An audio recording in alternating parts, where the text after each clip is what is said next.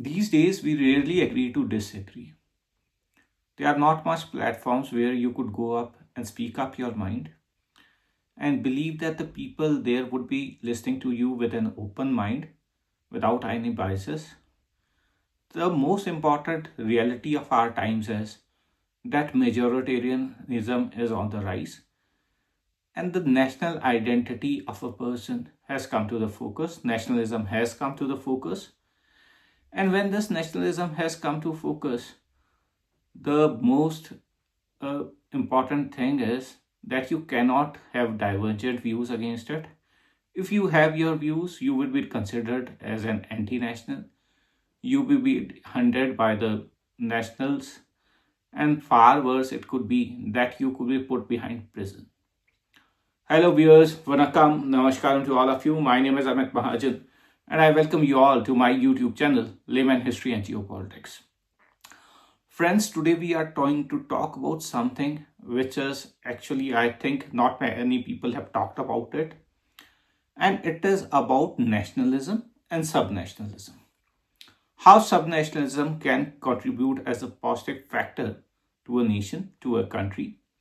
See, there are some nationalisms which we are seeing today as we see in the state of Maharashtra. Please have a look at this video.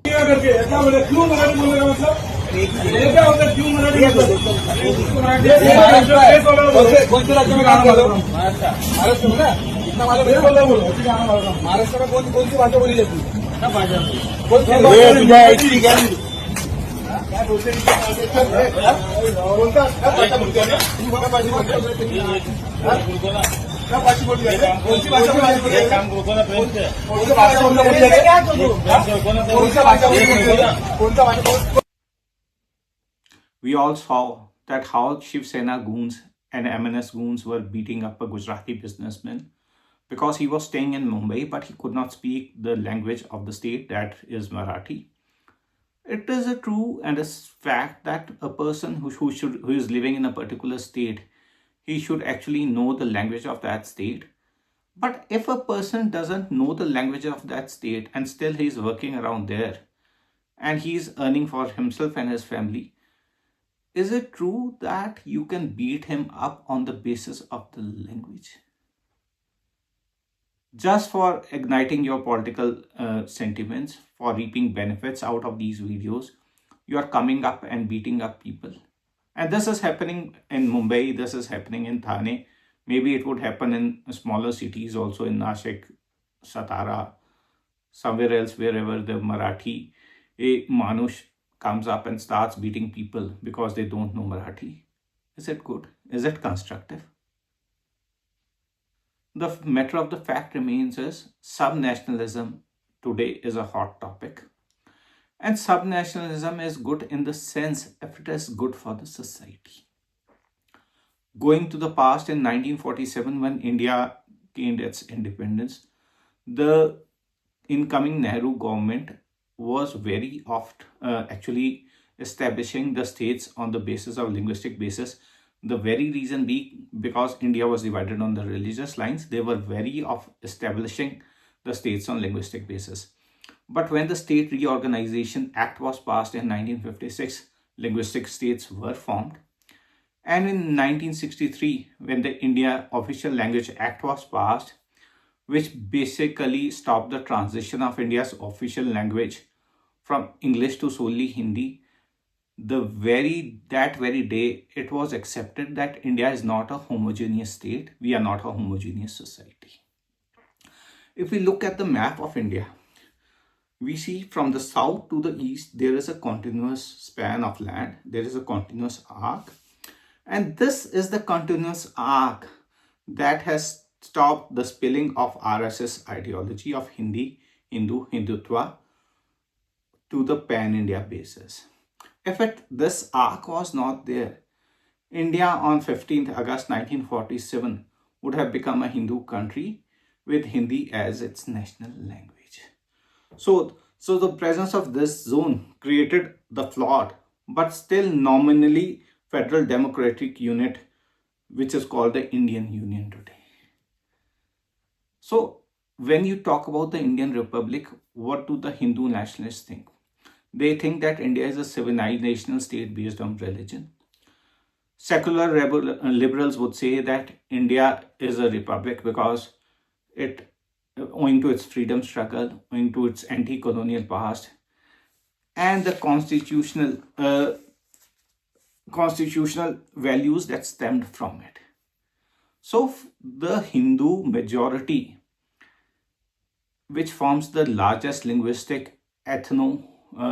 ethnic group in India, linguistic group in India, they actually believe that India is a mirror of them.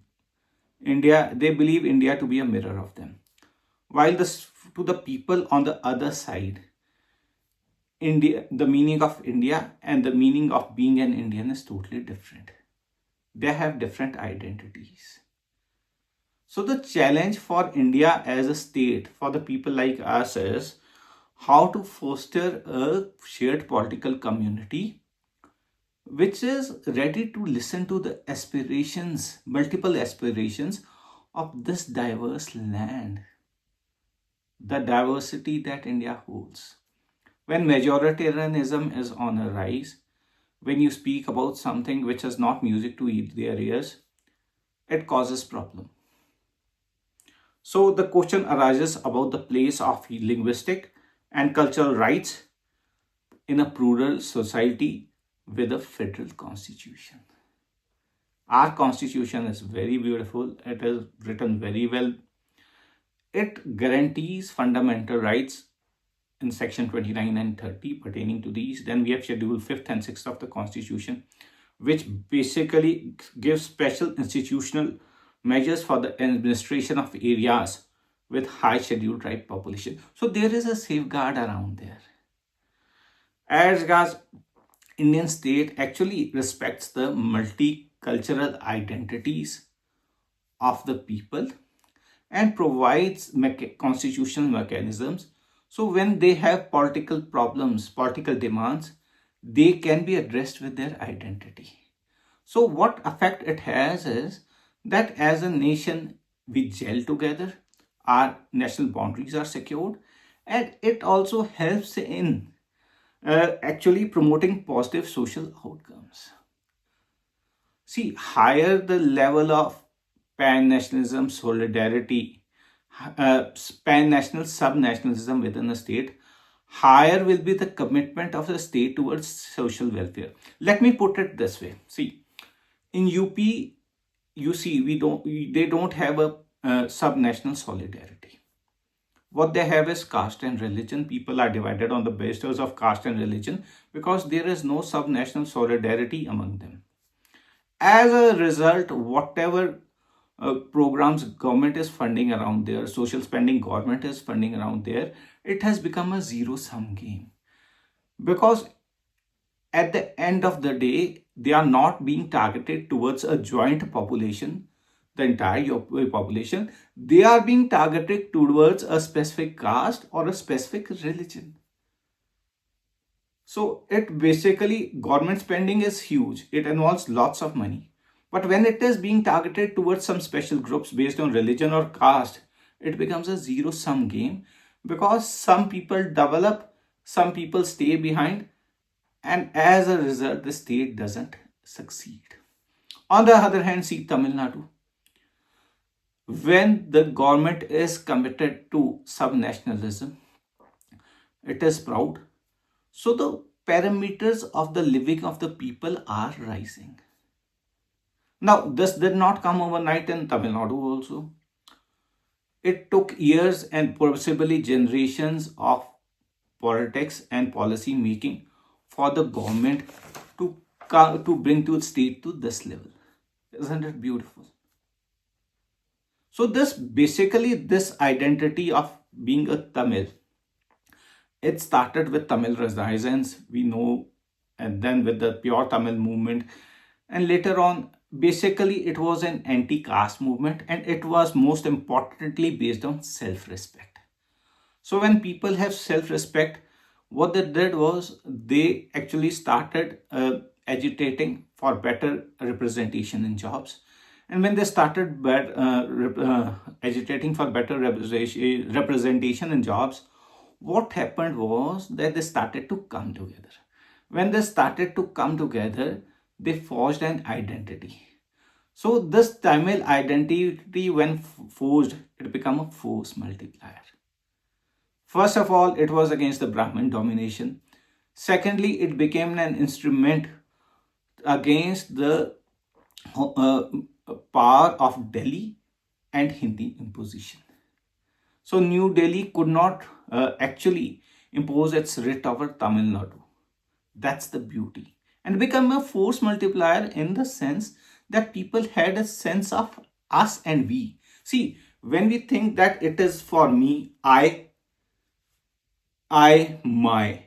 On the other hand, when they think it is we or us, it's a totally different. When public services are being provided in Tamil Nadu, they are being provided on a universal scale.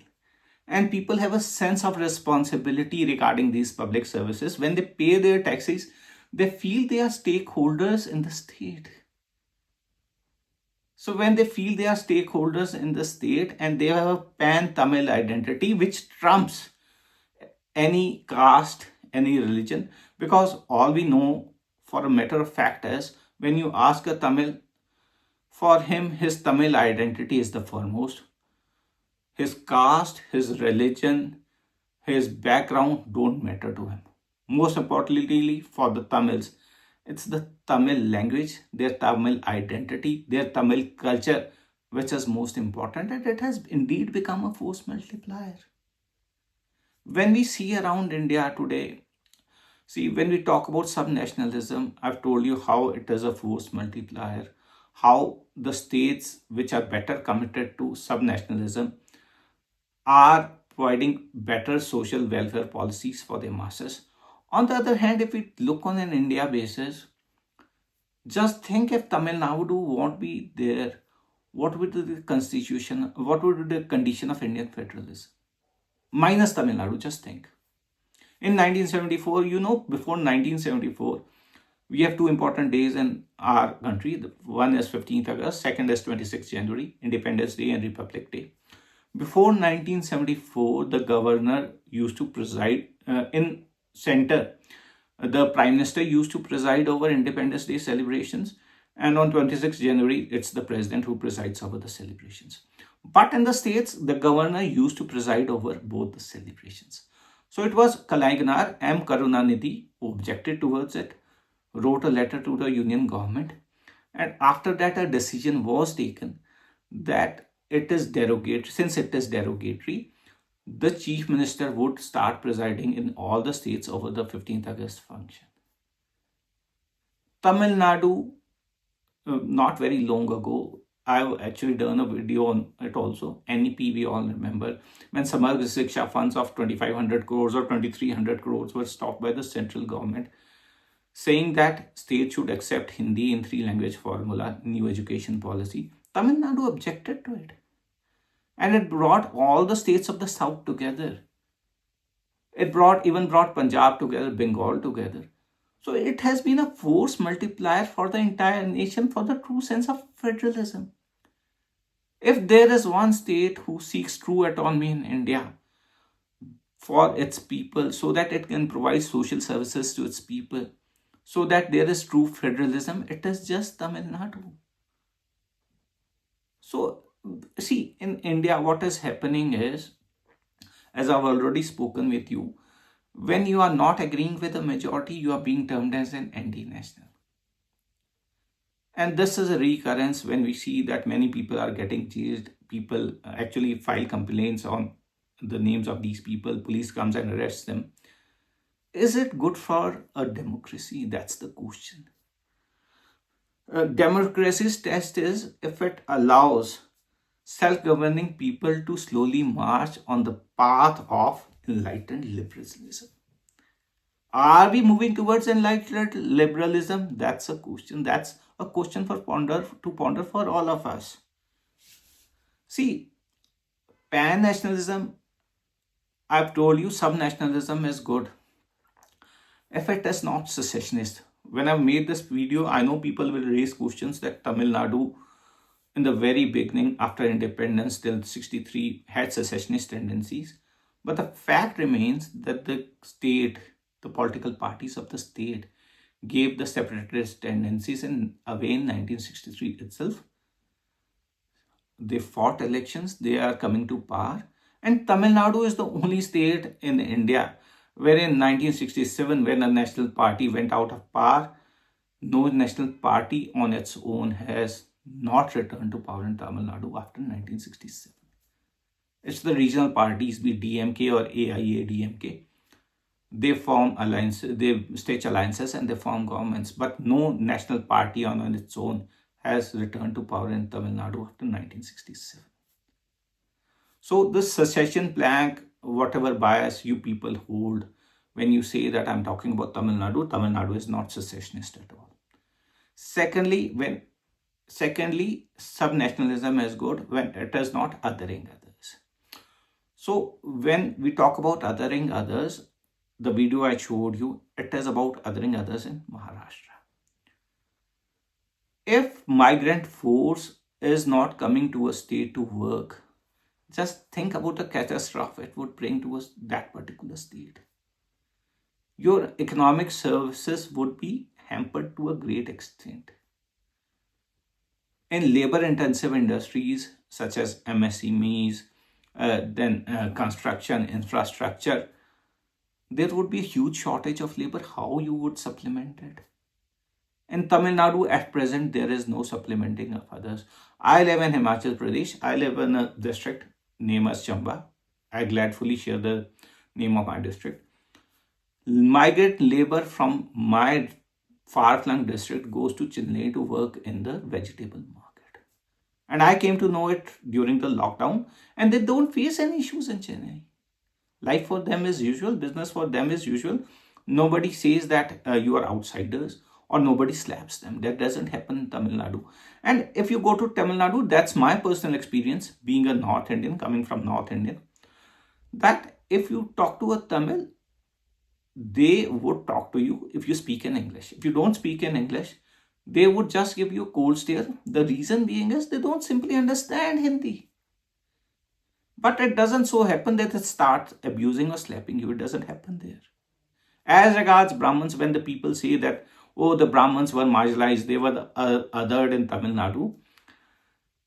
No Brahmin today in Tamil Nadu is othered. They are leading their lives the way they want.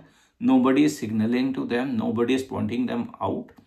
And many of them actually have migrated abroad in the search of better economic opportunities, better lives. So subnationalism is good until it is not secessionist and it is not othering others. So subnationalism in a broader term is the key instrument against homogenization and oppression. It's against hegemony and oppression, and it should be supported in the sense of Tamil Nadu that the state has worked for the welfare of its people. So it should not be viewed as a threat, but rather as a constructive element of India's plural democracy. So friends, that was all from me for today. My name is Amit Mahajan. I hope you liked my video, and if you did, kindly like, subscribe and share my YouTube channel, Layman History and Geopolitics. Vanakkam, namaskaram to all of you. Thank you.